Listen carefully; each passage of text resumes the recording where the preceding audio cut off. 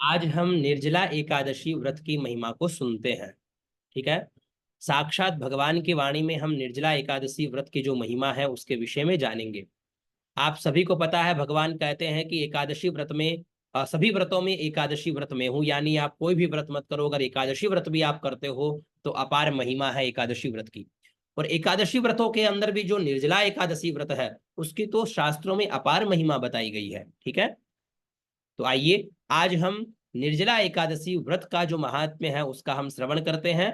आप सभी भी अपने चित्त और मन को स्थिर करते हुए भगवान के चरणों में अपने मन को समर्पित करते हुए इस भगवान के प्रसंग में हम प्रवेश करते हैं। युधिष्ठिर जी ने कहा, क्या कहा? जनार्दन, अपरा का सारा महात्म्य मैंने सुन लिया। अब ज्येष्ठ के शुक्ल पक्ष में जो एकादशी हो उसका वर्णन कीजिए। तो क्या कहते हैं? भगवान श्री कृष्ण बोले, क्या बोले? राजन, इसका वर्णन परम धर्मात्मा सत्यवती नंदन व्यास जी करेंगे, क्योंकि ये संपूर्ण शास्त्रों के तत्वज्ञ और वेद वेदांगों के पारंगत विद्वान है। तब व्यास जी कहने लगे कि दोनों ही पक्षों की एकादशियों को भोजन न करें। द्वादशी को स्नान आदि से पवित्र हो, फूलों से भगवान केशव की पूजा करके नित्य कर्म समाप्त होने के पश्चात, है ना, पहले ब्राह्मणों को भोजन देकर अंत में स्वयं भोजन करें। राजन, जनना शोच और मरना शोच में भी एकादशी को भोजन नहीं करना चाहिए। जो लोग कहते हैं ना कि भाई अभी किसी का जन्म हुआ है तो क्या हम एकादशी कर सकते हैं, तो देखो यहाँ प्रमाण मिल गया है कि आप लोग एकादशी कर सकते हो। ठीक है। किसी का मरण हो गया तो एकादशी आ गई तो भी आप एकादशी कर सकते हो। ठीक है। यह सुनकर भीमसेन बोले, परम बुद्धिमान पितामह, मेरी उत्तम बात सुनिए। राजा युधिष्ठिर, माता कुंती, द्रौपदी, अर्जुन, नकुल और सहदेव ये एकादशी को कभी भोजन नहीं करते, तथा मुझसे भी हमेशा यही कहते हैं कि भीमसेन तुम भी एकादशी को न खाया करो। किंतु मैं इन लोगों से यही कह दिया करता हूं कि मुझसे भूख नहीं सही जाएगी। ठीक है। भीमसेन की बात सुनकर व्यास जी ने कहा, यदि तुम्हें स्वर्ग लोक की प्राप्ति अभिष्ट है और नरक को दूषित समझते हो तो दोनों पक्षों की एकादशी को भोजन न करना। ठीक है। यानी ज्येष्ठ मास के जो दोनों एकादशी है उसका भोजन नहीं करना चाहिए। ठीक है। उसके आगे क्या कहा गया? हाँ, उसमें भी आपको व्रत अवश्य करना चाहिए। भीमसेन बोले, महाबुद्धिमान पितामह, मैं आपके सामने सच्ची बात कहता हूं, एक बार भोजन करके भी मुझसे व्रत नहीं किया जा सकता, फिर उपवास करके तो मैं रह ही कैसे सकता हूं। मेरे उदर में वृक नामक अग्नि सदा प्रज्वलित रहती है, अतः जब मैं बहुत अधिक खाता हूं तभी वह शांत होती है। इसलिए महामुने, मैं वर्ष भर में केवल एक ही उपवास कर सकता हूं, जिससे स्वर्ग की प्राप्ति सुलभ हो तथा जिसके करने से मैं कल्याण का भागी हो सकूं। ऐसा कोई एक व्रत निश्चय करके बताइए, मैं उसका यथोचित रूप से पालन करूंगा। ठीक है। तो व्यास जी ने कहा, भीम, ज्येष्ठ मास में सूर्य वृष राशि पर हो या मिथुन राशि पर शुक्ल पक्ष में जो एकादशी हो उसका यत्न पूर्वक निर्जला व्रत करो। केवल कुल्ला या आचमन करने के लिए मुख में जल डाल सकते हो। यहाँ ये भी आपको प्रमाण मिल गया, जो कहते हैं ना कि एकादशी गुरुजी हम करें तो क्या कर सकते हो भाई, एकादशी व्रत कर सकते हो, है ना। तो आचमन, क्या हम संध्योपासन करें तो आचमन भी ले सकते हैं क्या? तो यहाँ क्या कहा कि आप कुल्ला करो, यानी मुख का प्रक्षालन करने के लिए। ठीक है। और दूसरा क्या करना? आचमन करना है। ठीक है। केवल कुल्ला या आचमन करने के लिए मुख में आप जो है जल डाल सकते हो, उसको छोड़कर और किसी प्रकार का जल विद्वान पुरुष मुख में न डाले, अन्यथा व्रत भंग हो जाता है। एकादशी को सूर्योदय से लेकर दूसरे दिन के सूर्योदय तक मनुष्य जल का त्याग करे। ठीक है।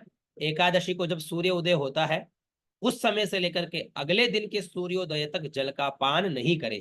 तदनंतर द्वादशी को निर्मल प्रभात काल में स्नान करके ब्राह्मणों को विधि पूर्वक जल और सुवर्ण का दान करे। इस प्रकार सब कार्य पूरा करके जितेंद्रिय पुरुष ब्राह्मणों के साथ भोजन करे। वर्ष भर में जितनी एकादशियां होती है उन सबका फल निर्जला एकादशी के सेवन से प्राप्त मनुष्य प्राप्त कर लेता है ना। ये व्रत भी अगर कोई विधान से कर ले तो सब फल प्राप्त उसको हो जाते हैं, इसमें तनिक भी संदेह नहीं है। शंख चक्र और गदा धारण करने वाले भगवान केशव ने मुझसे कहा था कि यदि मानव सबको छोड़कर एकमात्र मेरी शरण में आ जाए और एकादशी को निराहार रहे तो वह सब पापों से छूट जाता है। ठीक है।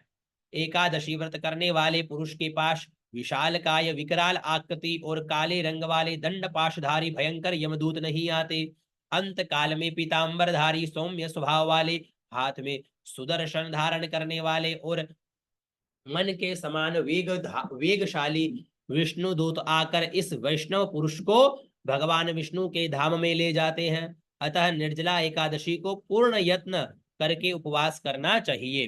तुम भी सब पापों की शांति के लिए यत्न के साथ उपवास और श्री हरि का पूजन करो। स्त्री हो या पुरुष, यदि उसने मेरु पर्वत के बराबर भी महान पाप किया हो तो वह सब एकादशी के प्रभाव से भस्म हो जाता है। जो मनुष्य उस दिन जल के नियम का पालन करता है वह पुण्य का भागी होता है। उसे एक एक प्रहर में कोटि कोटि सुवर्ण दान करने का फल प्राप्त होता सुना गया है। मनुष्य निर्जला एकादशी के दिन स्नान, दान, जप, होम आदि जो कुछ भी करता है वह सब अक्षय होता है। यह भगवान श्री कृष्ण का कथन है। निर्जला एकादशी को विधि पूर्वक उत्तम रीति से उपवास करके मानव वैष्णव पद को प्राप्त कर लेता है। जो मनुष्य एकादशी के दिन अन्न खाता है वह पाप भोजन करता है। इस लोक में वह चांडाल के समान है और मरने पर दुर्गति को प्राप्त होता है। ठीक है। एकादश्याम दिने योन्नम भुंक्ते पापम भुनक्ति सह इह लोके च चांडालो मृतः प्राप्नोति दुर्गतिम। तो जो ज्येष्ठ के शुक्ल पक्ष में एकादशी को उपवास करके दान करेंगे वे परम पद को प्राप्त होंगे। जिन्होंने एकादशी को उपवास किया है वे ब्रह्म हत्यारे, शराबी, चौर तथा गुरुद्रोही होने पर भी सब पातकों से मुक्त हो जाते हैं। लेकिन ये ध्यान रखिएगा, ये ऐसे ऐसे पाप हमारे नष्ट हो जाते हैं, लेकिन ये विचार मत कर लीजिएगा कि हम पहले पाप कर लेते हैं फिर अंत समय में एकादशी व्रत करके भगवान को प्राप्त कर लेंगे। अगर ऐसा आप विचार किए तो आप बड़े भारी महान पाप के भागी बनोगे। ऐसा पाप कभी भी आपका पिंड नहीं छोड़ेगा। हाँ, हमसे अनजाने में ऐसा पाप हो गया तो भगवान जो है एकादशी व्रत करने से आपको वो उस फल से मुक्त कर देंगे। लेकिन ऐसा सोच कर करोगे तो महान पाप करने की आप वो जो है की तरफ जाओगे। ठीक है। तो कुंती नंदन, निर्जला एकादशी के दिन श्रद्धालु स्त्री पुरुष के लिए जो विशेष दान और कर्तव्य विहित है उसे सुनो। उस दिन जल में शयन करने वाले भगवान विष्णु का पूजन और जलमयी धेनु का दान करना चाहिए, अथवा प्रत्यक्ष धेनु या घृतमयी धेनु का दान उचित है। पर्याप्त दक्षिणा और भांति भांति के मिष्ठान्नों द्वारा यत्नपूर्वक ब्राह्मणों को संतुष्ट करना चाहिए।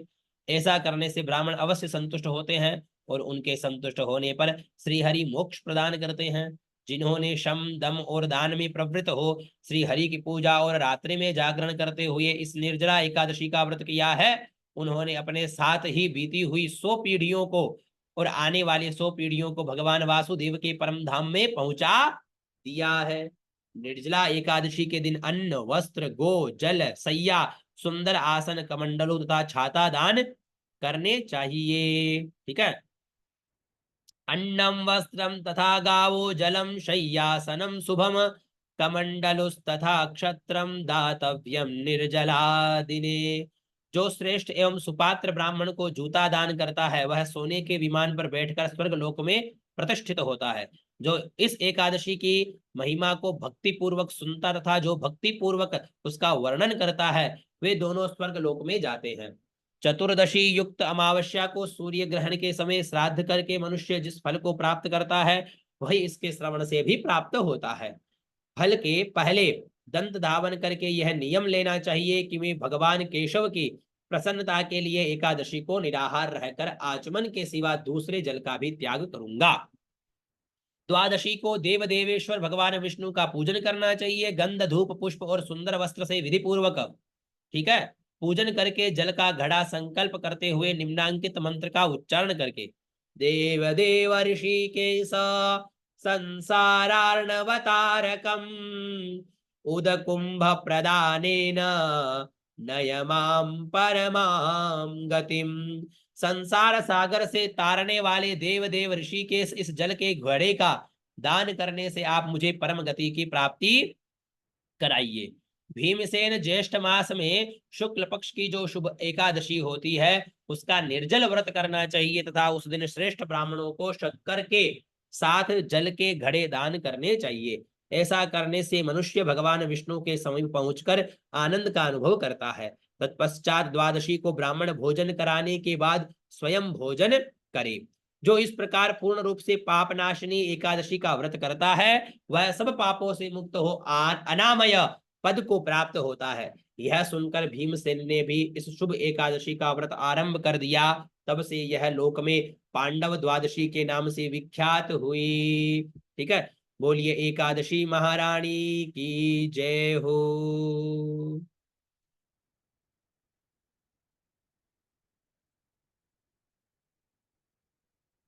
दान एकादशी को भी करे, द्वादशी को भी करे।